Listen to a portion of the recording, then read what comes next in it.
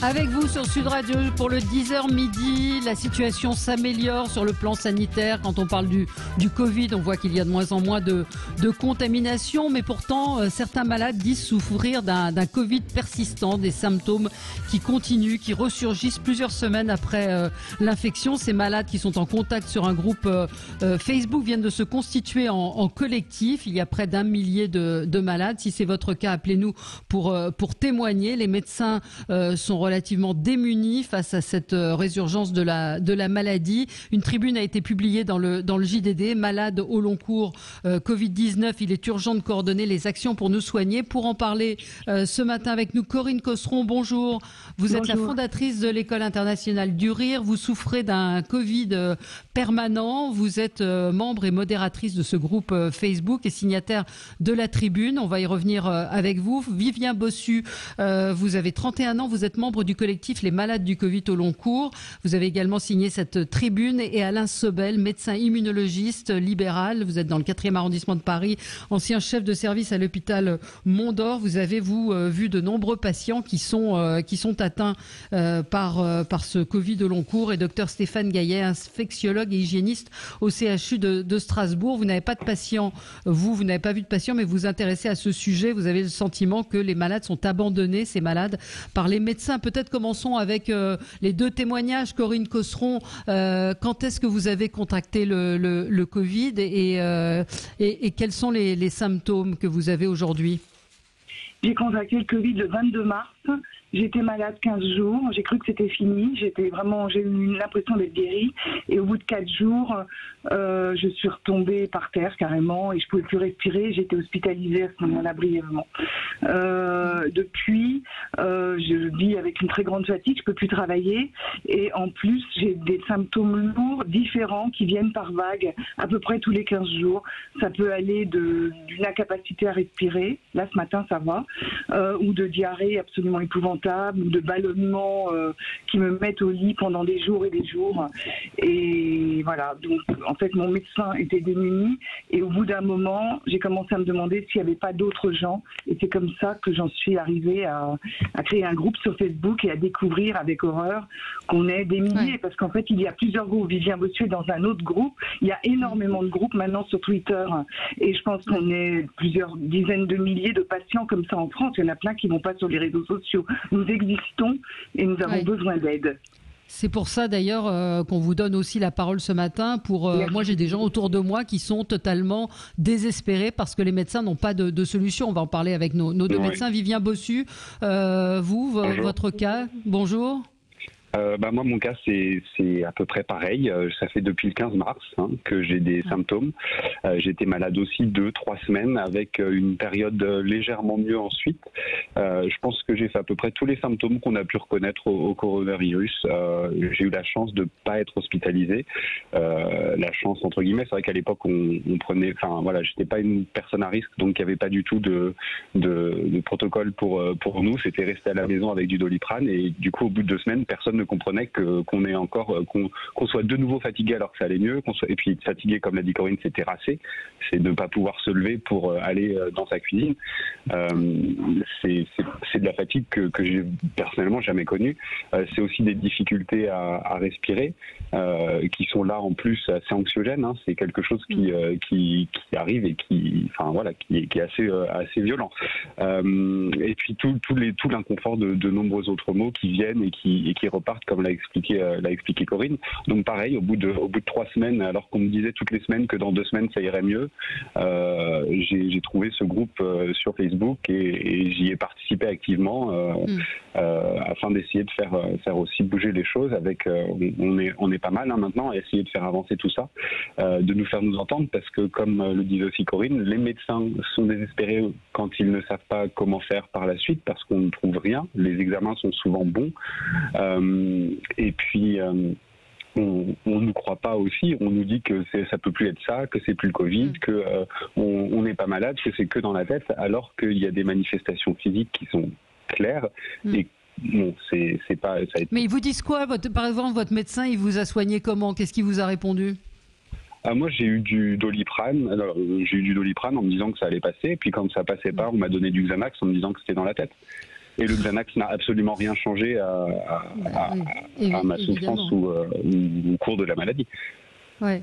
On va y revenir justement avec ces malades qui sont sans diagnostic. Alain Sebel, alors votre expérience à vous, médecin, donc immunologiste libéral, vous avez de nombreux patients qui sont dans cette situation? Alors, nombreux, pas encore. Je vais vous dire, ce qui est très surprenant, c'est que ça a commencé il y a à peu près 2 semaines et demie, où j'ai commencé à recevoir une personne, 2 personnes, qui sont des gens qui ont eu un Covid, en général en mars ou avril, cliniquement absolument indiscutable. Et il y a plusieurs particularités. Le tableau clinique, Corinne l'a très bien décrit, je ne reviens pas dessus, c'est à peu près, c'est très stéréotypé. Hein. Tous les patients disent à peu près la même chose, et ce caractère très homogène me laisse à penser, chez des gens qui ne se connaissent pas, en général, qui ne se sont jamais vus, qui ne se sont pas concertés, ce caractère très homogène est évidemment un argument très important contre l'aspect, comment dirais-je, hystérique que l'on dit. Les premiers médecins ont tous dit que c'était des hystériques, d'autant plus que, très particulier, il y a quand même une grande majorité de femmes. Sur le groupe Facebook de Corinne, il n'y a que des femmes quasiment, presque. Enfin, c'est assez intéressant parce qu'il y a immédiatement des considérations sexistes qui rentrent en ligne de compte. Bon. Cela dit, les symptômes sont très caractéristiques. Ils perdurent pendant 2-3 mois après la partie, comment dirais-je, aiguë classique. Ce sont des personnes qui n'ont jamais été hospitalisées, donc ne sont pas connues du milieu hospitalier. Et les médecins hospitaliers, qui dans toute la France, moi je connais parce que mon ancien service s'en est beaucoup occupé de ça, mais tous les médecins hospitaliers ont vu les formes aiguës, se sont battus comme des lions, mais n'ont pas eu ce genre de patients qui sont donc souvent des femmes, souvent jeunes, souvent moins de 40 ans. C'est assez particulier, qui ont eu des formes assez banales. Souvent, il y a toute la famille, l'épouse, le mari, les enfants qui ont eu la même maladie, mais il n'y a qu'une seule personne qui témoigne de ces symptômes. Oui, et c'est toujours la même chose. Moi, j'ai une amie qui est dans ce cas. Alors, elle a les symptômes dermatologiques, c'est-à-dire les mains et les pieds avec des engelures. Il y a aussi de la dermato, c'est, on le voit, c'est pas constant, mais on voit aussi la dermato, on ne l'a pas dit tout à l'heure, des plaques un peu bizarres sur les cuisses, sur les mains, c'est un peu particulier. Il y a 2-3 éléments qui sont très constants. Alors, d'une part, l'extrême fatigue, bien entendu, et l'anxiété qui va avec, la sensation d'oppression thoracique, qui est très souvent citée, alors que toutes les épreuves fonctionnelles respiratoires, le scanner, tout ce que vous voulez, l'imagerie, tout est normal. Il y a aussi les crises, les salves de tachycardie qui sont extrêmement courantes, extrêmement souvent dites, alors même que les holtères électrocardiogrammes sont tous normaux. Et il n'y a pas de syndrome, on a parlé si vous voulez, d'orage immunologique ou cytokinique persistant. Ça me semble assez peu validé ou documenté parce que la CRP, par exemple, qui est un marqueur d'inflammation, est constamment normal. C'est ça qui est assez étonnant. Mais alors, comment vous les soignez? Il y a un dernier caractère que je voudrais vous dire, qui est quand même très important. C'est-à-dire que si la biologie est normale, on a quand même à peu près la moitié des personnes, soit qui n'ont pas fait de test, parce que ils n'ont jamais eu l'occasion d'aller faire un test, soit une PCR, soit une sérologie, soit quand ils font des sérologies, donc à distance de l'épisode aigu, les sérologies peuvent être négatives. Ce qui me pose, moi, comme immunologiste, des tas de problèmes, parce que j'ai été Comment vous l'expliquez? Je suis toujours un spécialiste du sida depuis 85, et les sérologies étaient toujours positives. Enfin, on se basait sur des sérologies. Je sais pas. Alors, il est difficile de savoir avec des tests récents, la validité des tests. Peut-être qu'il y a un problème de test, mais les personnes vous le disent, comme ce matin, ils ont eu des symptômes typiques avec une perte de l'odorat, une perte du goût, enfin les symptômes tout à fait caractéristiques d'un Covid bénin. Bénin, c'est toujours un Covid bénin. Alors, si vous voulez, la partie thérapeutique, c'est assez difficile parce que je crois qu'il ne faut pas donner des médicaments quand on ne sait pas. Donc, pour l'instant, moi, je ne sais pas beaucoup plus. J'écoute sur Facebook ou Twitter, j'écoute ce que les gens disent pour essayer de collecter des informations.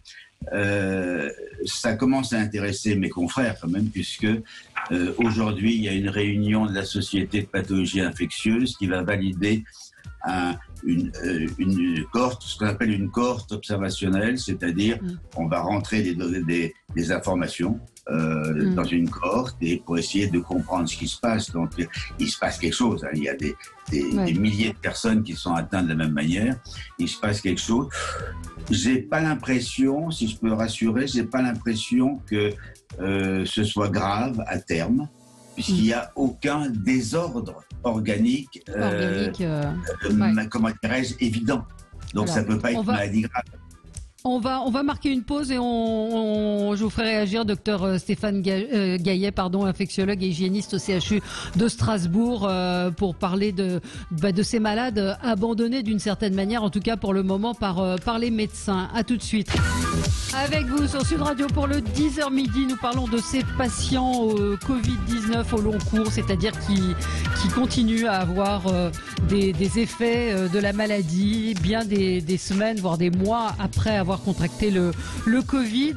On en parle, nous avons deux patients, Vincent Bossu et Corinne Cosseron, deux malades, docteur Alain Sobel, médecin immunologiste, et docteur Stéphane Gaillet, infectiologue et hygiéniste au CHU de Strasbourg. Qu'est-ce que ça nous dit aujourd'hui sur la médecine, sur cette difficulté devant laquelle se trouvent les médecins à prendre ce type de malades pour lesquels ils n'ont pas de réponse? Bonjour Valérie Expert, bonjour. Merci de m'avoir invité. Alors, comme vous l'avez dit, je ne suis pas de malades qui ont été atteints d'une Covid-19, mais en revanche, je suis beaucoup de patients qui ont des syndromes subjectifs infectieux et chroniques difficiles. Moi-même, c'est quoi un syndrome subjectif, pardon? Alors, un syndrome subjectif infectieux ou post-infectieux, et c'est un tableau clinique généralement extrêmement invalidant. Il s'agit de personnes qui présentent une fatigue, on appelle ça une asthénie majeure, au point d'avoir une fatigabilité au moindre effort. Ce sont des gens qui souvent étaient très dynamiques, très actifs et qui se trouvent dans l'incapacité totale de travailler. Et alors, on les traite de paresseux dans leur entourage et ils font tout ce qu'ils peuvent et ce n'est absolument pas une raison psychologique. Je m'insurge contre ça. Et c'est vraiment cette fatigue qui les handicape, plus des troubles, des manifestations neurologiques. Alors, on dit subjectif parce que on ne peut pas les observer, c'est-à-dire que l'observateur externe, qu'il soit médecin ou non médecin, ne peut rien constater par lui-même.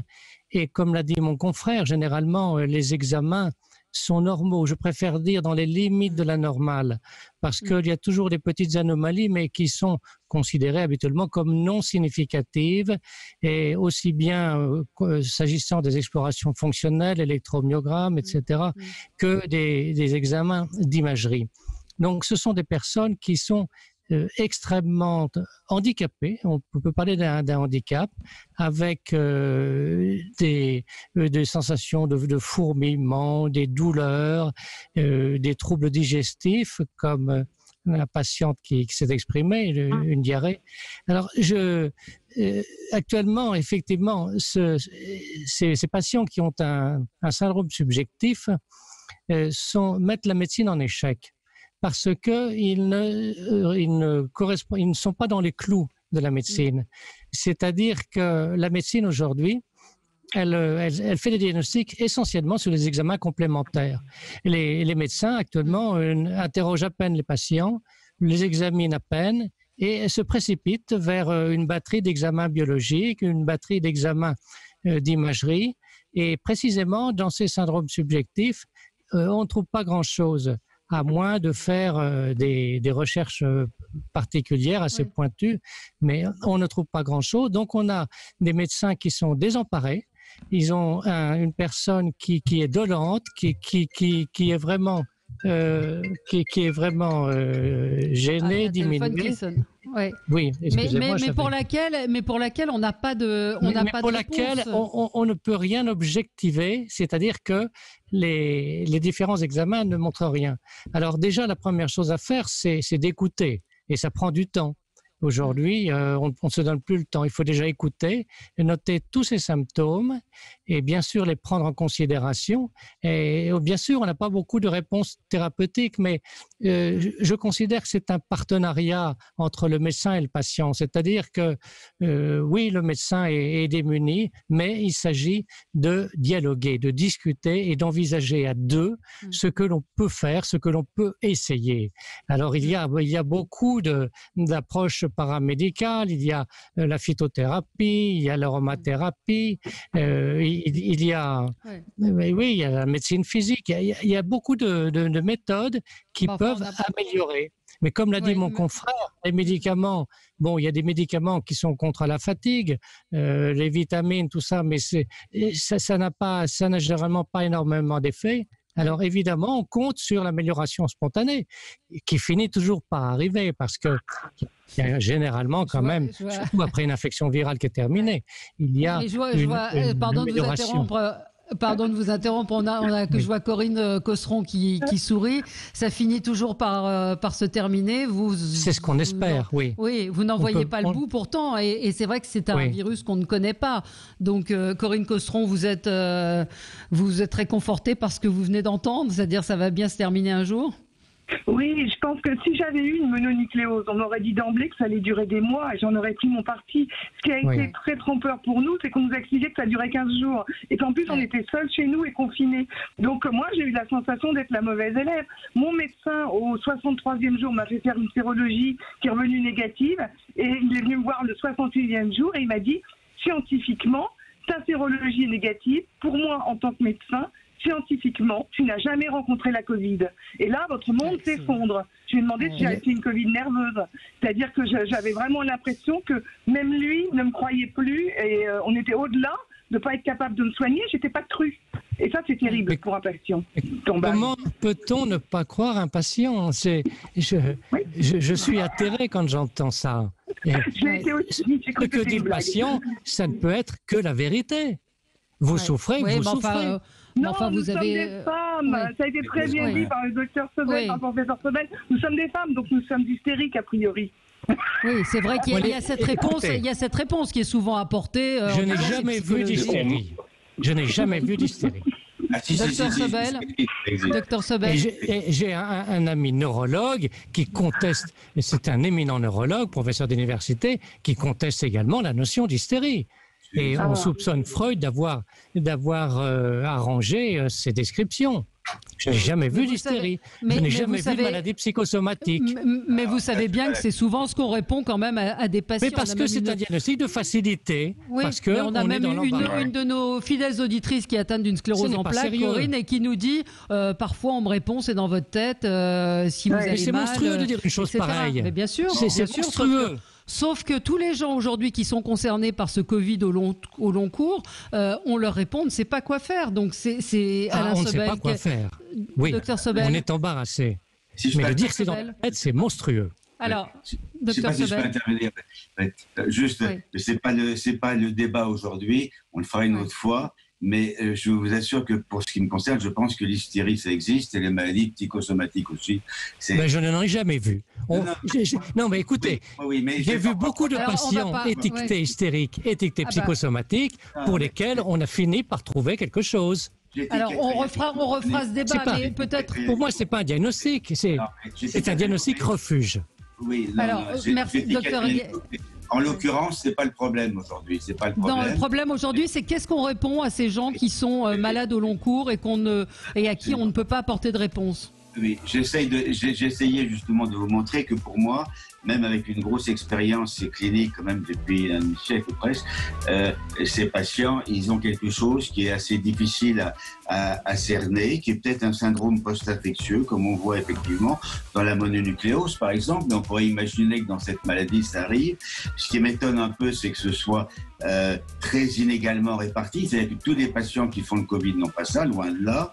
Il y a une toute petite partie des personnes qui ont ces symptômes. Ça a une signification, je ne sais pas laquelle. Et d'autre part, je n'ai pas du tout le sentiment d'un échec. Si vous voulez, nous, on s'est battus avec la maladie SIDA pendant des années, sans penser que c'était un échec pour nous. C'était un échec pour les gens qui étaient malades, mais c'était pas un échec pour nous. Le sentiment d'échec pour les médecins n'a rien à voir. Il doit être toujours au second plan. Il se trouve qu'effectivement, comme disait mon confrère Gaillet, le problème actuellement est de le faire ensemble, avec solidarité, comme on l'a fait d'ailleurs dans le SIDA à un moment, c'est-à-dire d'échanger ensemble, de s'écouter mutuellement et d'échanger ensemble les informations pour essayer de comprendre. Mais on n'a pas des solutions qu'on va sortir de notre chapeau tout de suite. Bon, en tout cas, Corinne Cosseron et Vivien Bossu, vous continuez de mettre la pression pour coordonner justement les actions pour vous soigner. Les deux sites Covid-19 forme l'ongle de la maladie, et Vivien Bossu, vous, votre Facebook, c'est Malade au long cours Covid-19. Voilà, c'est deux sites, et vous devrez peut-être vous mettre ensemble pour être un petit peu plus puissant, mais vous n'êtes pas seul si vous ressentez vous aussi des symptômes depuis que vous avez vous avez fait la maladie. Merci à tous les quatre, c'était un peu court, il y aurait eu beaucoup de choses à dire encore, mais en tout cas ça a le mérite de dire qu'il y a le Covid au long cours. Merci à vous, on se retrouve dans un instant pour commenter l'actualité. Merci.